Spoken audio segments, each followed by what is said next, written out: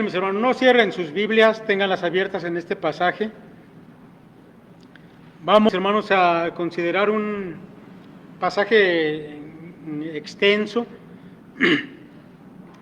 Vamos a ir un poco rápido, mis hermanos, pero es también un pasaje muy interesante.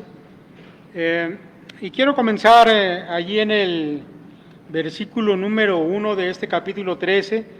Dice: aquel día salió Jesús de la casa y se sentó junto al mar, y se le juntó mucha gente, y entrando él en la barca se sentó, y toda la gente estaba en la playa. Mire, la frase aquel día puede referirse, mis hermanos, al mismo día de lo que nos acaba de narrar la parte final del capítulo anterior, el capítulo 12, cuando su madre y sus hermanos le habían ido a buscar. Sin embargo, mis hermanos, también es verdad que esta frase, aquel día, es solamente una manera en que Mateo está marcando una nueva división del texto y puede estarse refiriendo a cualquier otro día. Pero mira, el Señor había estado en una casa que muy probablemente era la casa de Simón Pedro, y esto los expertos lo creen por la cercanía que había con el mar de esta casa. Así que pertenecía a alguien que era pescador, probablemente, efectivamente era casa de Pedro, donde el Señor a veces había ido a posar allí. Así que el Señor salió de aquella casa y se sentó junto al mar. Ahora, quiero decirle que esta indicación de que el Señor salió y se sentó junto al mar, mis hermanos, no es solamente un adorno de la historia. Lo que Mateo nos quiere decir aquí es que el Señor estaba dispuesto a enseñar a la gente. Cuando sale de la casa y va y se sienta junto al mar, era una señal de que el Señor estaba dispuesto a impartir una más de sus lecciones a aquella gente que estaba viniendo ya a buscarlo a aquel lugar. Los rabinos, mis hermanos, de aquel tiempo impartían sus cátedras sentados. Cuando ellos tomaban asiento, entonces iba a comenzar la enseñanza. Así que esta posición del maestro indicaba esto. Ahora, mis hermanos, en esta ocasión quiero llamar su atención a esto. En esta ocasión, la enseñanza del maestro no iba a ser igual a ocasiones anteriores. Ahora, esto lo vamos a ir desarrollando y lo vamos a ir viendo conforme vayamos avanzando.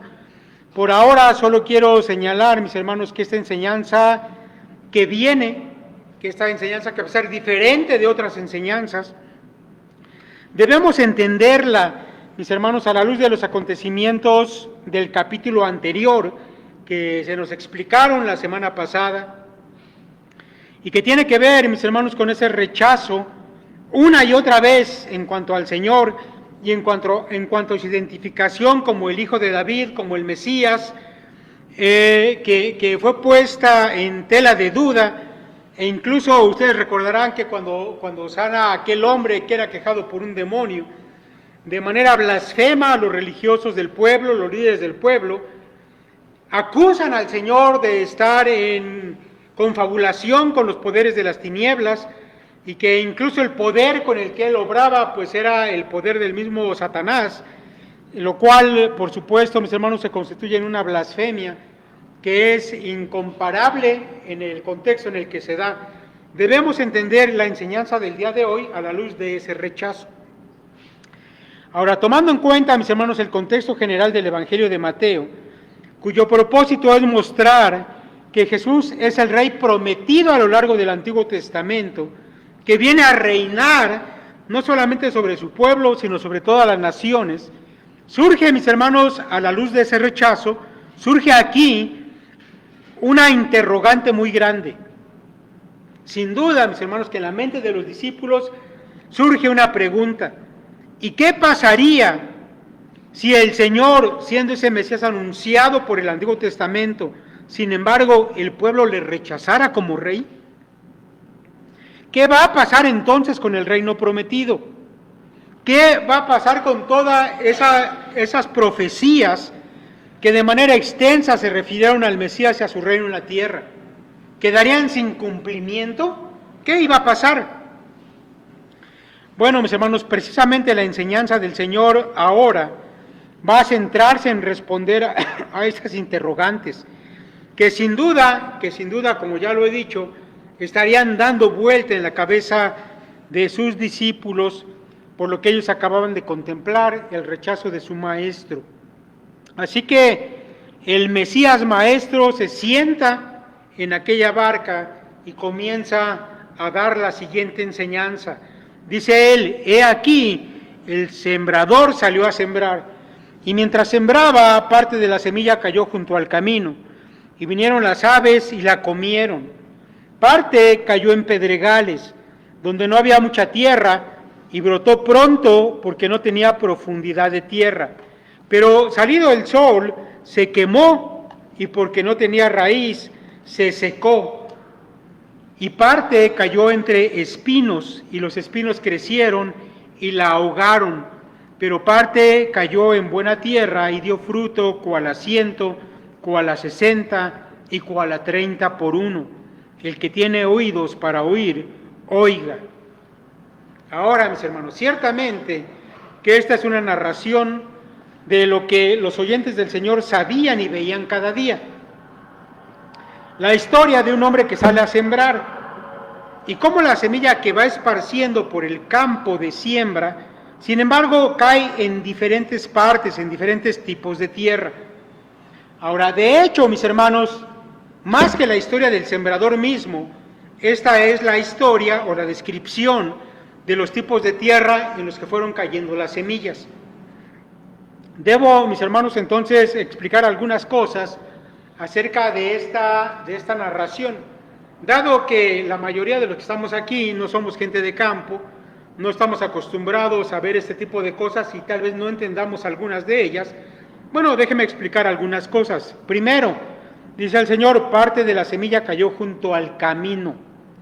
Deben ustedes saber que la parte fértil de Galilea, a la cual el Señor se está refiriendo, estaba sembrada por una serie de campos que estaban entrelazados unos con otros. Campos de siembra unidos unos con otros, y solamente, mis hermanos, había estrechas veredas que separaban un campo de otro. Era, mis hermanos, por esos angostos senderos que los agricultores caminaban entre los campos de la siembra. Y también los viajeros que pasaban por aquellos lugares cruzaban por esos senderos estrechos. Ahora, como es obvio pensar, la tierra de esos senderos o veredas estaba muy apisonada, muy compactada. Eran caminos que ya la tierra estaba endurecida por el paso constante de la gente a través de esos sitios. La semilla, mis hermanos, que llegaba a caer en esas veredas, quedaba expuesta completamente, ya que no era capaz esa semilla de penetrar la tierra endurecida. De manera que las aves venían y la devoraban en cuanto el sembrador se alejaba a unos pasos apenas. De hecho, mis hermanos, yo creo que podemos imaginar la escena del sembrador echando la semilla y en cuanto va dando pasos, alejándose, las aves bajan y van comiendo la semilla que caía en el camino a medida que el sembrador iba avanzando. Número 2, dice el Señor, parte cayó en pedregales. Parte cayó en pedregales. Ahora, los que no conocemos el campo, mis hermanos, a menudo imaginamos que una parte de la semilla de la que está hablando aquí el Señor cayó sobre un terreno donde había tierra con piedras. Sin embargo, mis hermanos, esto no es así y quiero explicárselo. Mire, de hecho el sembrador limpiaba el campo de suciedad, de piedras, de palos, de lo que hubiera allí, para que fuera la tierra limpia y cayera la semilla en una tierra ya arreglada, ya limpia. Sin embargo, mis hermanos, a menudo sucedía que debajo de la tierra había un lecho rocoso, ¿sí? Una buena extensión a veces del campo, por la parte de abajo había una gran roca, de manera, mis hermanos, que la tierra que había encima a veces era solamente un poco de tierra, muy poca profundidad, de manera, mis hermanos, que la semilla que caía en ese lugar, en ese terreno, brotaba, pero no tenía profundidad para echar sus raíces. Y entonces, mis hermanos, esas raíces topaban con la piedra de ese lecho rocoso. Entonces la planta brotaba rápidamente por encima de la tierra, más pronto de lo normal. Al principio, mis hermanos, esas plantitas parecían más grandes que las demás, pero cuando el sol salía y comenzaba a ejercer ese calor, entonces al no tener suficiente profundidad para absorber el agua y los nutrientes de la tierra, estas plantitas muy pronto se secaban. Número 3, dice el Señor, y parte cayó entre espinos. Cuando el sembrador, mis hermanos, preparaba la tierra, como ya antes lo he dicho, pues limpiaba lo más que podía. Sin embargo, a veces en la tierra quedaban pequeñas semillas, mis hermanos, de plagas, de plantas que eran nocivas, y que cuando brotaba la buena semilla, con ellas también brotaban los espinos. Estos espinos, mis hermanos, que eran maleza, que afectaba a la buena semilla porque le quitaban espacio, le quitaban nutrientes, y que terminaban ahogando y matando a esas pequeñas plantitas que recién habían salido. Número 4, dice el Señor, que también parte cayó en buena tierra, en buena tierra. Ahora, la tierra buena, mis hermanos, era tierra sin plagas, que además tenía una buena profundidad, es decir, no había roca debajo de ella, había buena profundidad para que la semilla brotara y creciera de manera adecuada. Y además esa buena tierra normalmente estaba lejos de las veredas donde las aves se acercaban y quitaban la semilla. El resultado, mis hermanos, de la siembra en esa buena tierra, pues era que había un fruto. Pero aquí yo quiero aclarar algo que el Señor menciona. Mis hermanos, el fruto de esta parábola, el fruto de esta semilla, es un fruto inusual. ¿Por qué es inusual? Mire, porque el Señor dice que dio fruto a 100, a 60 y a 30 por uno. Ahora, déjame decirle que en los días del Señor, un buen resultado, una buena siembra, era cuando el sembrador conseguía por lo menos un resultado de 8 a 1. Eso ya era considerado como una buena siembra. Si el sembrador obtenía un resultado de 10 a 1, eso ya era demasiado bueno. Por eso cuando el Señor aquí dice que el resultado fue de 30, de 60 y de 100 por 1, está hablando de una manera exagerada. Hubo demasiado fruto, no era normal. Y aquí el Señor termina su parábola. Ahora, hasta aquí, mis hermanos, esto que parece ser una lección de agricultura, bueno, pues está muy bien. Sin embargo, el Señor añade al final una frase, versículo 9. Él dice, el que tiene oídos para oír, oiga. El que tiene oídos para oír, oiga. Y estas palabras del Señor anuncian a la multitud que esto no es un seminario sobre agricultura, que esto, mis hermanos, es una parábola y que además tiene que ser interpretada. Así que esta frase del Señor es como si Él dijera, el que pueda entender esto, que lo entienda. Y esto, mis hermanos, no es una burla para la multitud, más bien es un reto para ellos. Es una invitación a que reflexionen en lo que el Señor ha dicho y que si pueden, descubran cuál es el significado. Pero ¿qué pasa si ellos no lograban descifrar el significado? Entonces podían hacer algo, venir al Señor y preguntarle. Pero si hacían eso, aquellas multitudes que habían dudado del Señor, que habían dicho, Señor, danos una señal, aquellos religiosos que le habían dicho, tú echas los demonios por el poder de Belcebú, aquel pueblo endurecido iba a tener que venir y reconocer que este hombre no era un simple hombre, que este maestro era uno que venía de parte de Dios, que era capaz de revelar los misterios de Dios. Y si a alguien de verdad le interesaba conocer la enseñanza, tendría que reconocer también esto. Porque, mis hermanos, resulta que tener oídos no siempre sirve para oír. Porque las verdades espirituales requieren oídos espirituales. Y la enseñanza del Señor es espiritual. Entonces, acercándose a los discípulos, le dijeron: ¿por qué les hablas por parábolas? Y él respondiendo les dijo: porque a vosotros os es dado saber los misterios del reino de los cielos, mas a ellos no les es dado. Ahora, mis hermanos, aquí los discípulos del Señor ya se muestran asombrados, porque el Señor ahora no les está revelando a las multitudes lo que significa la enseñanza que acaba de darles. Ahora, a diferencia de antes, el Señor se guarda la explicación. Ahora había dejado a la multitud solo con una interesante narración, pero sin una enseñanza espiritual. Y esto para ellos, para los discípulos, era algo raro. Era algo nuevo que el Señor antes no había hecho. Por eso vienen y le preguntan: Señor, ¿por qué les hablas por parábolas? Y el Señor les dice: porque a vosotros os es dado saber los misterios del reino de los cielos, mas a ellos no les es dado. Mis hermanos, aquí el Señor una vez más está marcando una diferencia entre los verdaderos creyentes y aquellos que solamente le seguían por un interés.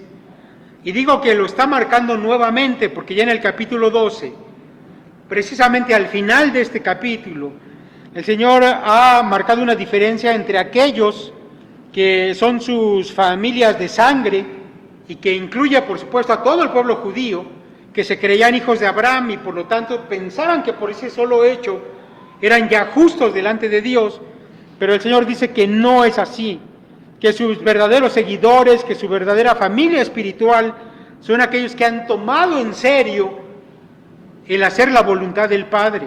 Y ahora el Señor vuelve a remarcar una distinción.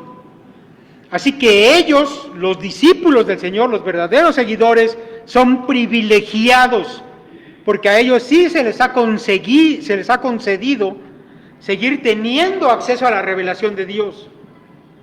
Ahora el Señor a ellos les va a explicar cuál es la enseñanza tocante al misterio del reino de los cielos. Pero mis hermanos, para entender qué es esto del misterio del reino de los cielos, debemos entender primero de qué está hablando el Señor cuando habla de el reino de los cielos. Antes de entender los misterios del reino, tenemos que entender qué es el reino de los cielos. Bueno, no me voy a extender mucho, obviamente, es una explicación muy breve. Este es un asunto teológico, Mateo es teológico, es un libro de teología, o con un enfoque muy teológico, entonces tengo que explicarle un poquito esto, y es muy sencillo, yo creo que lo va a entender sin duda. Mire, resulta, mis hermanos, que a lo largo de todo el Antiguo Testamento se expresa una y otra vez que el reino de Dios o reino de los cielos, que son términos equivalentes e intercambiables, tienen que ver, mis hermanos, con todo lo creado, con todo ese universo material que constituye, mis hermanos, nuestro universo, pero no solamente eso. También, mis hermanos, el reino de los cielos abarca todo lo inmaterial, todos los seres espirituales, todo lo que Dios ha creado, ese es su reino, ese es el reino de los cielos. Y el Señor Dios Todopoderoso, Él es quien gobierna, quien rige sobre todo ese universo que es el reino de los cielos. Sin embargo, mis hermanos, resulta que en este mundo, que cuando fue creado formaba parte de ese reino de los cielos, sin embargo, en un momento dado hubo una rebelión. En este mundo, mis hermanos, sus criaturas, las criaturas de Dios, decidieron rechazar el gobierno de su rey y hacer su propia voluntad. De manera que el hombre cayó en pecado. Pero no obstante, mis hermanos, que el ser humano se rebeló, Dios siempre tuvo el propósito de redimir a ese hombre y de volver a hacer que este mundo y sus criaturas fueran nuevamente parte de ese reino universal de Dios. Por eso, mis hermanos, cuando el Señor enseña a orar a sus discípulos, una de las peticiones que ellos deberían hacer era esta: venga tu reino, hágase tu voluntad, como en el cielo, también en la tierra.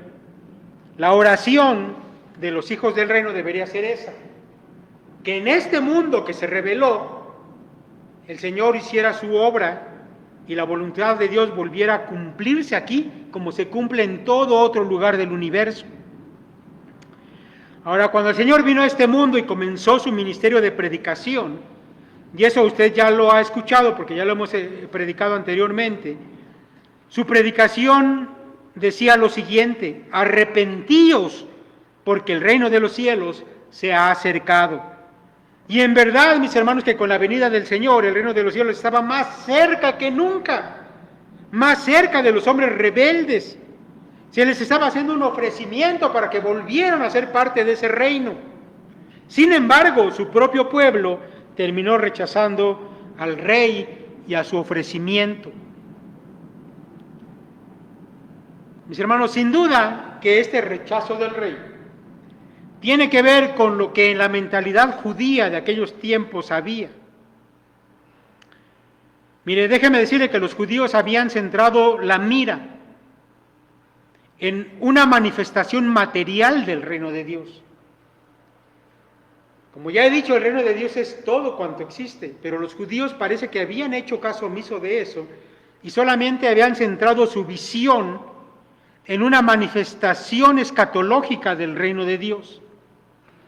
Ellos solamente tenían en mente, y era el deseo de su corazón, que un día viniera ese rey escatológico glorioso que iba a poner fin a las cosas de este mundo y a instaurar un reino donde ellos, los judíos, iban a estar por encima de las demás naciones y la riqueza y la abundancia iba a ser sin igual para ellos.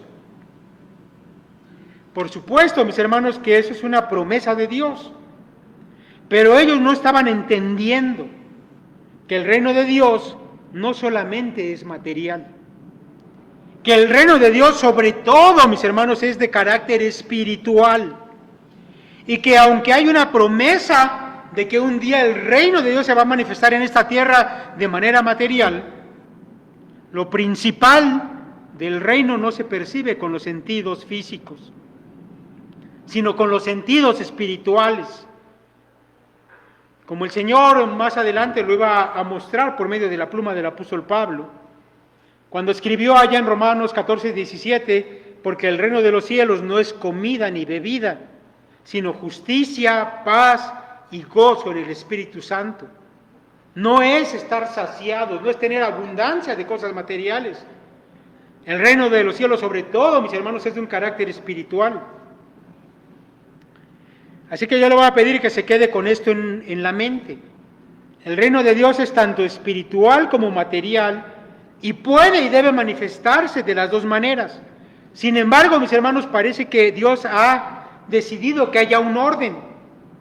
Y en ese orden, el reino de Dios no se va a manifestar de manera material si primero no hay una manifestación del reino en forma espiritual. Eso quiere decir que para que el reino escatológico de Cristo venga, que un día el Señor regrese y gobierne esta tierra, primero, mis hermanos, debe haber una conversión del corazón de los hombres a Dios, del corazón de su pueblo a su Mesías.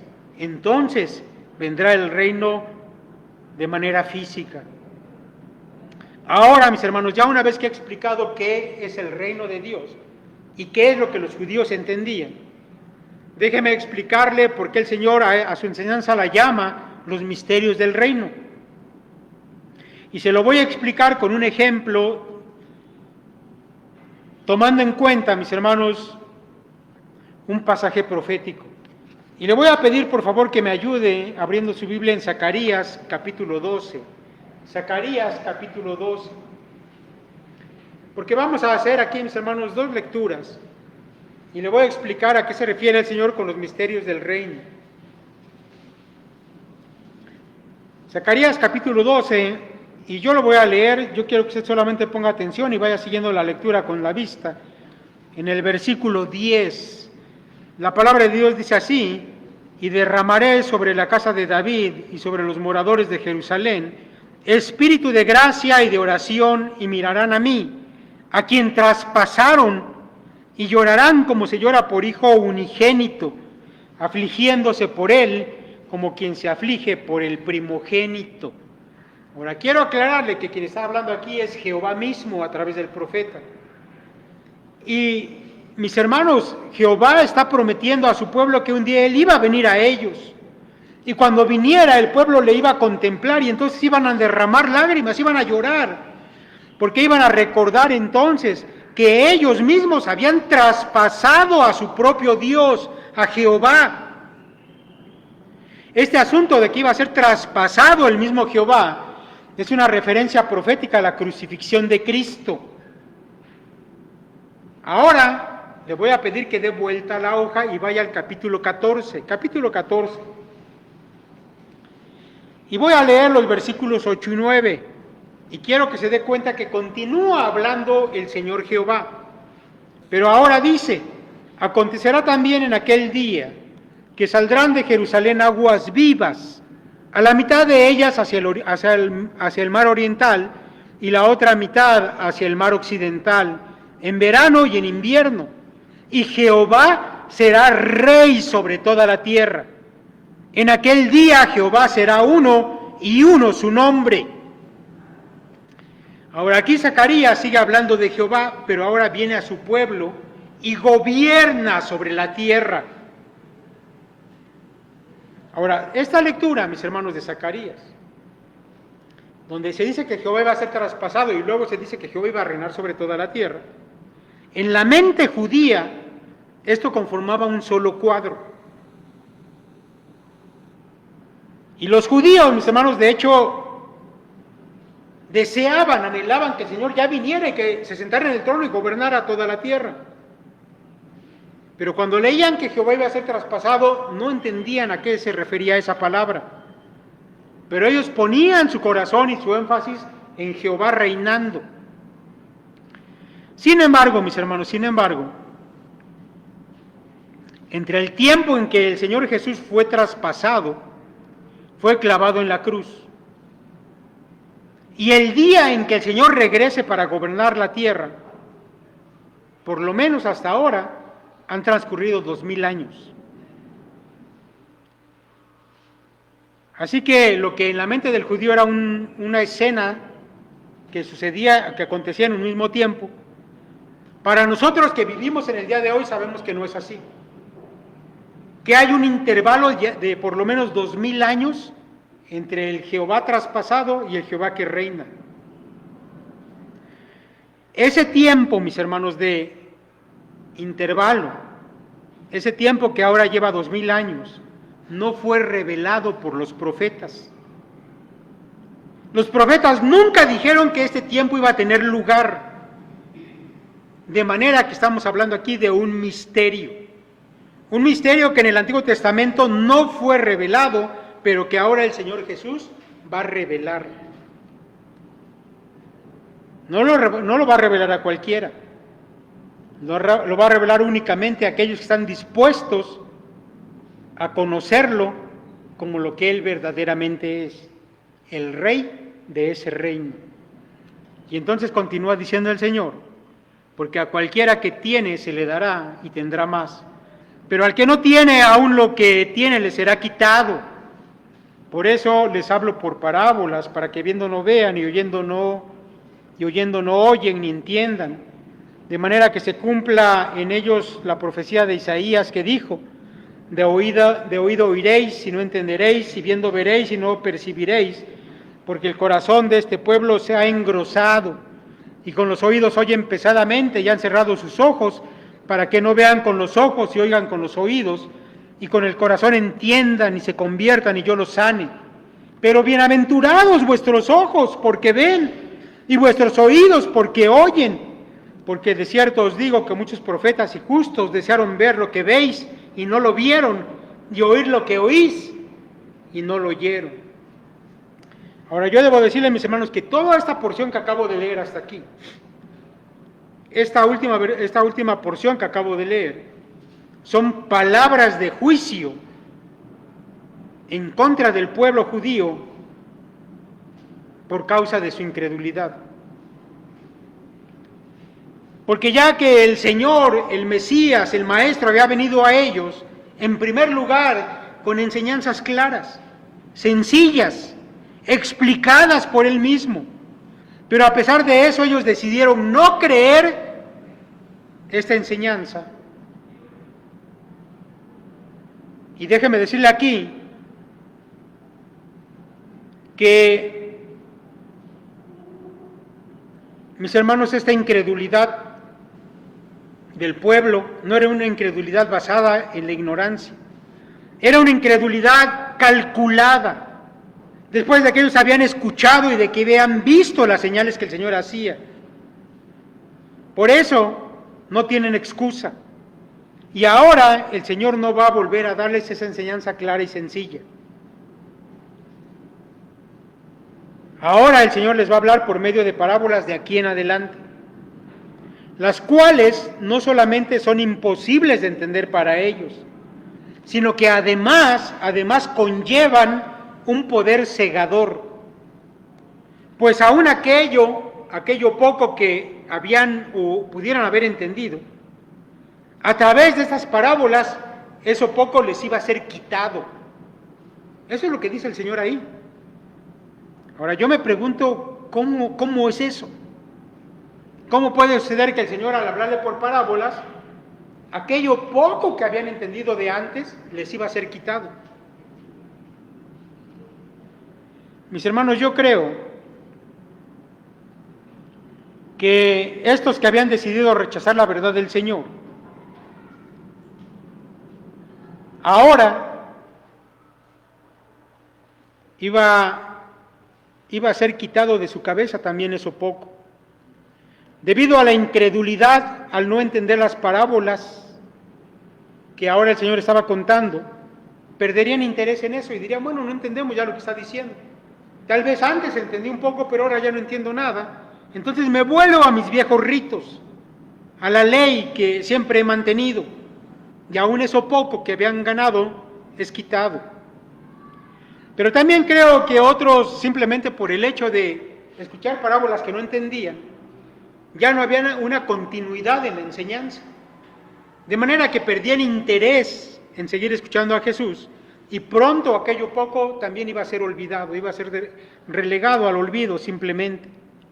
En cambio, mis hermanos, los discípulos eran bienaventurados, porque ellos tenían delante de sí mismos al Mesías como su maestro, algo que muchos hombres de la antigüedad hubieran dado lo que fuera por tener ese privilegio, pero no les había sido concedido. En cambio, a este grupo de discípulos, a ellos sí les había sido concedido ese gran privilegio.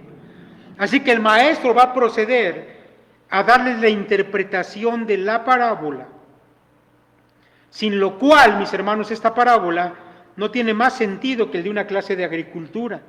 Pero en cambio ahora vamos a ver cómo se descorre el velo de la revelación de Dios. Y podemos mirar en la enseñanza maravillosa del Maestro el curso de la historia futura tocante a cómo iba a continuar manifestándose el reino de los cielos. Y el Señor comienza a decir, oíd pues vosotros la parábola del sembrador. Cuando alguno oye la parábola del reino y no la entiende, viene el malo y arrebata lo que fue sembrado en su corazón. Este es el que fue sembrado junto al camino. Mis hermanos, lo primero que tenemos que notar es que el sembrador no está siendo identificado aquí. Pero un poquito más adelante el Señor va a decir, allá en 13:37, el que siembra la buena semilla es el Hijo del Hombre. Así que, mis hermanos, el sembrador no es otro, el Señor mismo. Ahora, la semilla es la palabra del reino, que como se indica en el verso 19, es aquella que es sembrada en el corazón del hombre, que viene a su vez siendo el tipo de terreno en que cae esa semilla. Así que tenemos dado los elementos, mis hermanos, para poder entender lo que el Señor está diciendo. Y el Señor va a comenzar la explicación de los tipos de terreno, que son los tipos de oyentes que han existido siempre, desde que se comenzó a predicar el Evangelio hasta el día de hoy y hasta, mis hermanos, el día que el Señor regrese por segunda vez. Ahora, a estos tipos de personas, o estos tipos de terreno donde cae la semilla, estos tipos de corazón, de oyentes, bueno, déjenme compartir con ustedes que John MacArthur los llama de una manera que yo quiero mantener en la explicación que vamos a dar. John MacArthur le llama al primer tipo de tierra el que no responde, al segundo tipo de tierra le llama el superficial, al tercero le llama el mundano y al cuarto el receptivo. Así que el Señor comienza hablando en primer lugar del que no responde. Y el Señor dice que este es el suelo duro y compacto del camino, en el cual no puede penetrar la semilla. Y mis hermanos, esta es una descripción exacta del hombre de corazón endurecido, en el cual no penetra nada que sea espiritual. Y su falta de entendimiento, como dice nuestra versión bíblica, realmente no se refiere a una falta de inteligencia en él, o a que la palabra predicada tenga alguna deficiencia que la haga incomprensible para este hombre. Aquí, mis hermanos, está hablando más bien de una cerrazón tal, que para esta persona es completamente indiferente la palabra que se le predica. Él ha decidido cerrar su corazón a todo lo que tenga que ver con Dios, y nada de lo que usted diga lo va a hacer cambiar. Este es el corazón de un hombre necio, orgulloso e impío, que además ha decidido seguir sus propios caminos, porque piensa que al hacerlo, él es más sabio que los demás. Y créame, mis hermanos, tal vez usted ha tenido esta experiencia, yo sí la he tenido de hablar con gente así. Gente que cuando usted le habla, y cuando le habla de que es un hombre pecador, que tiene que arrepentirse, es gente que le da risa, se ríe en su cara. Pero además lo tilda a usted de tonto, y se burla de usted. Y además piensa que él vive la vida a su manera, y que vivir la vida de esa manera es más sabio que ser un religioso tonto. Este es un hombre orgulloso, necio, que ha decidido seguir sus propios caminos. Mis hermanos, para el diablo resulta fácil quitar la semilla, porque el orgullo mismo de este hombre hace que la semilla, mis hermanos, quede expuesta, y el diablo simplemente la quita, y en la cabeza de este hombre todo eso queda en el olvido. Pero también puede ser que el diablo quite la semilla a través de que en la mente de este hombre introduce creencias mundanas que él sí acepta, porque están acorde a la vida que él desea vivir. Y entonces la palabra de Dios es olvidada y es reemplazada por las doctrinas del mundo. Número 2, el superficial. Dice el Señor, y el que fue sembrado en pedregales, este es el que oye la palabra y al momento la recibe con gozo, pero no tiene raíz en sí, sino que es de corta duración, pues al venir la aflicción o la persecución por causa de la palabra, luego tropieza. Ahora, mis hermanos, este es el tipo de tierra que debajo tiene un manto rocoso que impide que la semilla eche raíces profundas. Y aquí, mis hermanos, me resulta muy interesante pensar que esta roca contra la cual va a topar la raíz de esta plantita puede resultar más dura todavía que la tierra apisonada del camino donde cayó la semilla de la que hablamos hace un momento. De manera, mis hermanos, que estamos hablando de aquí de un tipo de persona más complejo que el anterior, pero que puede resultar más duro todavía. Este tipo de personas son aquellas que reciben el Evangelio con sumo gozo, y es tan notoria su alegría que sobresalen de inmediato de los demás creyentes. Y seguro que usted tiene en la mente a alguien que es así. Todos hemos conocido a alguien que es así. Creyentes que quieren estar en los cultos, no se pierden un culto. Parece que estar en los cultos les da una gran satisfacción. Además quieren estar cantando a Dios, les gusta convivir con los hermanos. De hecho, pareciera que están desarrollándose mucho más rápido que todos los demás. Pero mis hermanos, aquí debemos poner atención, porque todo esto no es sino el resultado de un emocionalismo externo, un emocionalismo extremo. Porque mis hermanos, estas son las personas que se han acercado a la iglesia por sus necesidades personales y han recibido el Evangelio como un remedio para sus problemas. Pero nunca, mis hermanos, consideraron de manera correcta la palabra de Dios. Nunca reconocieron que la palabra los exponía como pecadores y que además exigía su arrepentimiento. De manera que ellos nunca tuvieron un verdadero arrepentimiento delante de Dios.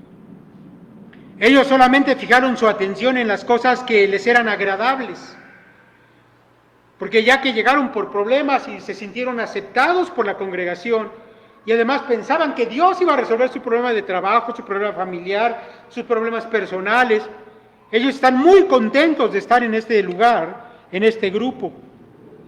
Sin embargo, nunca consideraron tampoco que la vida cristiana tiene un costo en este mundo. Ese costo, mis hermanos, de la vida cristiana en este mundo es el desprecio por ser cristiano. Es recibir la crítica por tu fe. Es recibir el rechazo de tu propia familia. Incluso tal vez la misma persecución de los no creyentes. Ahora déjeme decirle algo más. Algunos de estos emocionalistas pueden permanecer en una congregación por años, pueden estar en una iglesia como creyentes por años. Sin embargo, un buen día por fin comienzan a llegar a ellos los tiempos difíciles. O son criticados, o son hechos menos en su familia carnal, o por sus amigos, o tal vez en la misma iglesia son corregidos por alguna falta. O realmente puede llegar que venga un tiempo de persecución y entonces ellos tropiezan, como dice nuestra versión. Así dice el Señor, y luego tropiezan.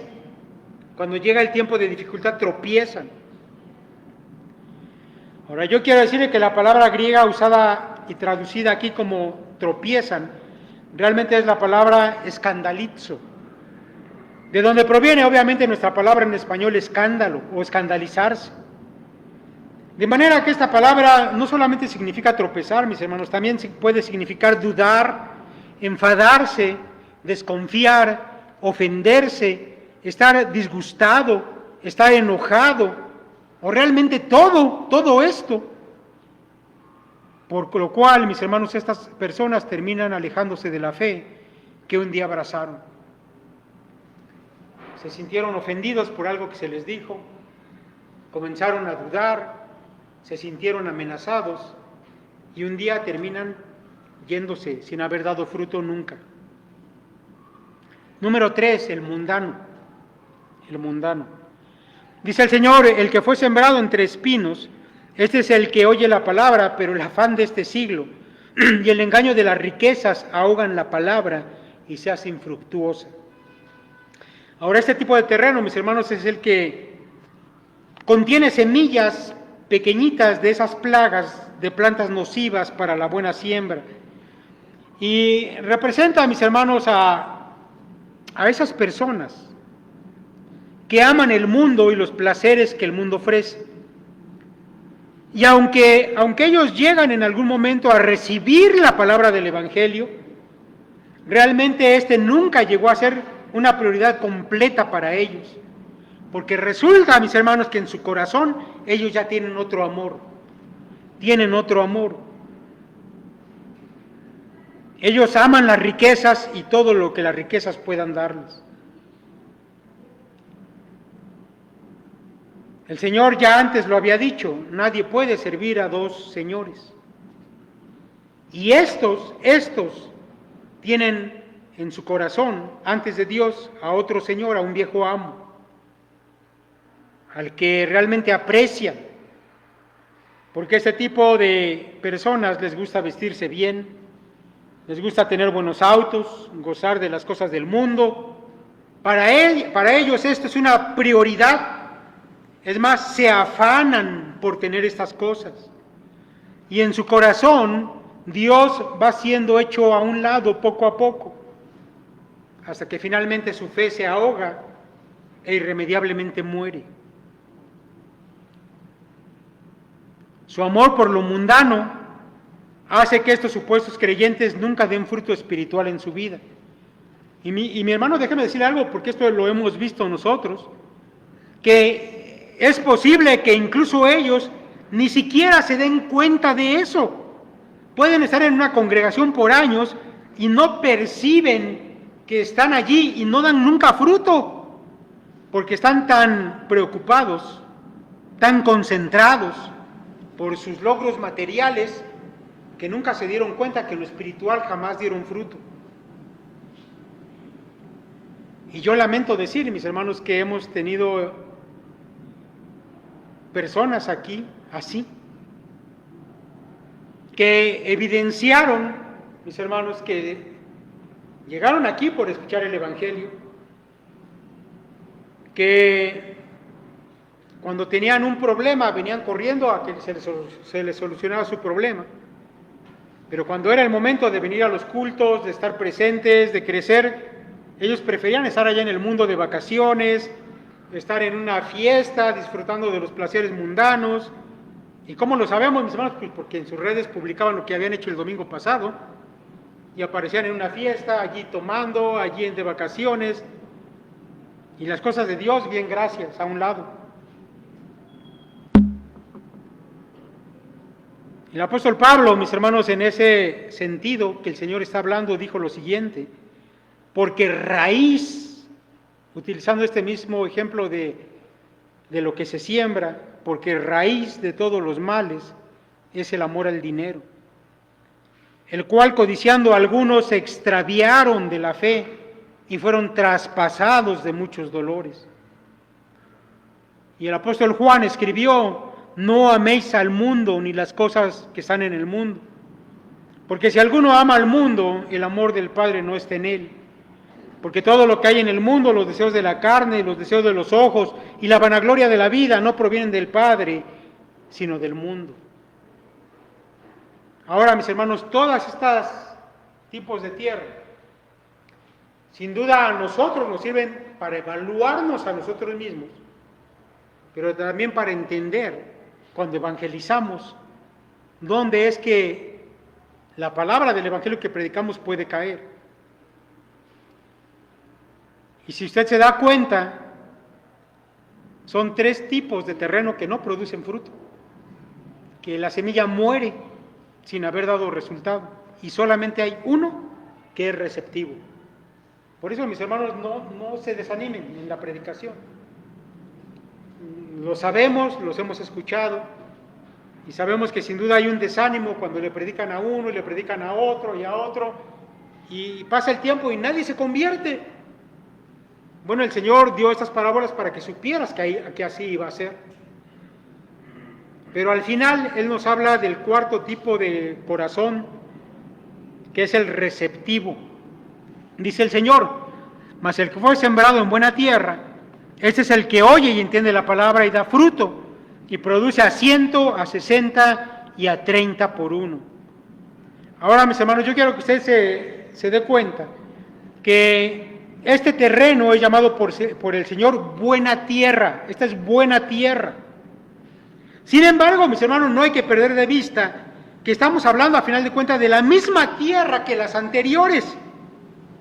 Es decir, que eran parte del mismo campo. ¿En qué sentido, mis hermanos, es entonces una mejor tierra que las anteriores? Bueno, sin duda, mis hermanos, es porque esta parte del terreno había sido preparada por el sembrador de antemano. De manera que si había partes de esa tierra que ya estaban endurecidas, pues el sembrador iba y aflojaba aquella tierra y quedaba una tierra suave, suelta, en la cual la semilla pudiera penetrar. Si había palos, basura, piedras, el sembrador lo quitaba para que no fuera un obstáculo para aquella semilla.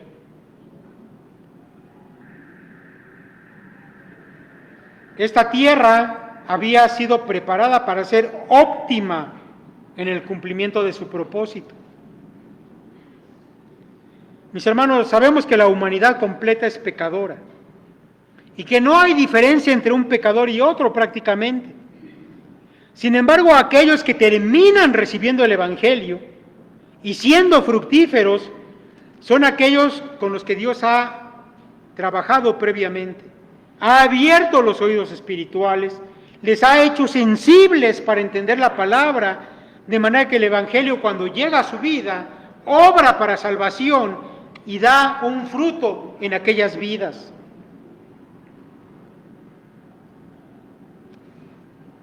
Mis hermanos, algo que el Señor quiere enfatizar y subraya una y otra vez, es que la diferencia entre estos últimos, los receptivos, y todos los anteriores de los que se ha hablado, mis hermanos, es que estos producen fruto. Los verdaderos creyentes siempre producen fruto. No existe, mis hermanos, creyente verdadero que quede sin dar fruto en su vida. Tal persona no es un cristiano. Ahora, yo sé, mis hermanos, que hay gente que lleva en la iglesia muchos años y que cuando escucha palabras como estas puede tener diferentes excusas y decir, bueno, es que no me ha dado todavía tiempo de entregar mi vida totalmente a Dios y pues por eso es que no se ve mucho el cambio. Otros dirán, bueno, es que todavía me falta entender muchas cosas, por eso a lo mejor no se ve todavía el fruto. Mis hermanos, puedes poner cualquier excusa, pero no hay un cristiano verdadero que no dé fruto. Eso no existe. Ahora, déjame decirle que el fruto en un creyente verdadero tiene que ver, en primer lugar, con una transformación en su forma de ser. Hay cambios en su persona obrados desde el interior de su corazón por el Espíritu de Dios. Su carácter se transforma, su manera de pensar, cambios interiores, sus afectos son transformados. Todo esto, mis hermanos, es aquello a lo que Pablo se refiere en Gálatas, en ese pasaje que todos ustedes se conocen y que se saben de memoria. Mas el fruto del Espíritu es ¿qué? Amor, gozo, paz, paciencia, benignidad, bondad, fe, mansedumbre, templanza. Todo esto, mis hermanos, son frutos internos. Pero no solamente, mis hermanos, hay frutos en el interior de un creyente, también hay cambios, hay frutos en su conducta, en lo que los demás pueden ver. Por ejemplo, el apóstol Pablo en Filipenses 1:10 dice lo siguiente, dice, para que aprobéis lo mejor, a fin de que seáis sinceros, irreprensibles para el día de Cristo, llenos de frutos de justicia, que son por medio de Jesucristo, para gloria y alabanza de Dios. Ahora yo quiero llamar su atención a dos frases de estos dos versos de Filipenses. Primero, que Pablo está diciendo, para que aprobéis lo mejor. Es decir, que está diciendo que el creyente es capaz de discernir entre lo bueno y lo malo, y de entre las dos cosas elegir lo bueno. Y eso, mis hermanos, es estar lleno de frutos de justicia. Es decir, de cosas que hacen evidente que Él es un hombre justo por medio de Jesucristo. Así que, mis hermanos, cuando hablamos de frutos, cambios internos y cambios externos que se notan. Ahora, yo debo aquí aclarar que el producir fruto no es lo que salva al hombre, sino más bien que el hombre que ha sido salvado puede producir frutos y debe hacerlo. Y el fruto, mis hermanos, además, siempre es abundante, no es algo que pueda pasar desapercibido. Ya hemos mencionado, mis hermanos, que el Señor cuando dice que se produce a 100, a 60 y a 30 por uno, está usando una exageración. Aquí lo que el Señor está diciendo es que el fruto es tan abundante que no puede pasar desapercibido. Si alguien dice, bueno, es que yo he producido, sí, frutos, pero pequeños, y pues allá de vez en cuando, mis hermanos, eso no existe tampoco, esa no es una buena excusa. Porque el que menos produce a 30, o a 60, o a 100, lo mínimo 30, y eso es exagerado. Es decir, cuando hay fruto y no pasa desapercibido. Ahora yo quiero, mis hermanos, y con esto yo voy casi a terminar, decir que la diferencia en la cantidad de fruto entre un creyente y otro es una verdad que también Cristo nos enseña aquí. Y tiene que ver, mis hermanos, con que sí hay diferentes grados de sometimiento al Espíritu de Dios en los creyentes. Hay quienes entregan su vida y su voluntad totalmente al Espíritu de Dios y son llenos del Espíritu y el fruto que producen es muy abundante. Hay otros que se la pasan batallando con el poder de la carne y un tanto caminan en el Espíritu y otro tanto lo caminan en la carne, de modo que el fruto que producen no es tan abundante como el de los otros. Sin embargo, mis hermanos, siempre hay fruto. Esta parábola, mis hermanos, fue dada para que sepamos que el Evangelio iba a ser predicado desde que el Señor vino por primera vez hasta que Él regrese por segunda vez. Siempre va a ser predicado el Evangelio. Pero también, mi hermano, y lo repito una vez más, no se desanime. No se desanime porque una gran cantidad de aquellos a los que va a ser predicado el Evangelio no van a ser salvados. Algunos se lo van a decir en su cara y se van a reír en su cara de usted.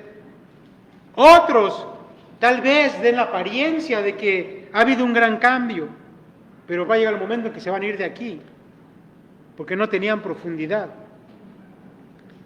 Y otros, mis hermanos, simplemente van a seguir a su viejo amo, al que siempre han amado y al que van a regresar finalmente. No se desanime, porque aunque son menos los que van a ser salvados, cuando la semilla cae en ese terreno bueno, en esa buena tierra, usted va a ver el poder de Dios obrando a través de la palabra y va a haber una transformación sobrenatural en aquella persona. Y yo sé, mis hermanos, que su corazón se va a llenar de gozo cuando la palabra que usted haya predicado caiga en esa buena tierra, porque esa persona, mis hermanos, va a ser un nuevo discípulo del Señor, que a su vez va a seguir ganando a otros discípulos de Cristo. Esto va a ser así. Esa es la característica de este tiempo, de estos misterios del reino, de los cuales vamos a seguir hablando más adelante. Que el Señor los bendiga.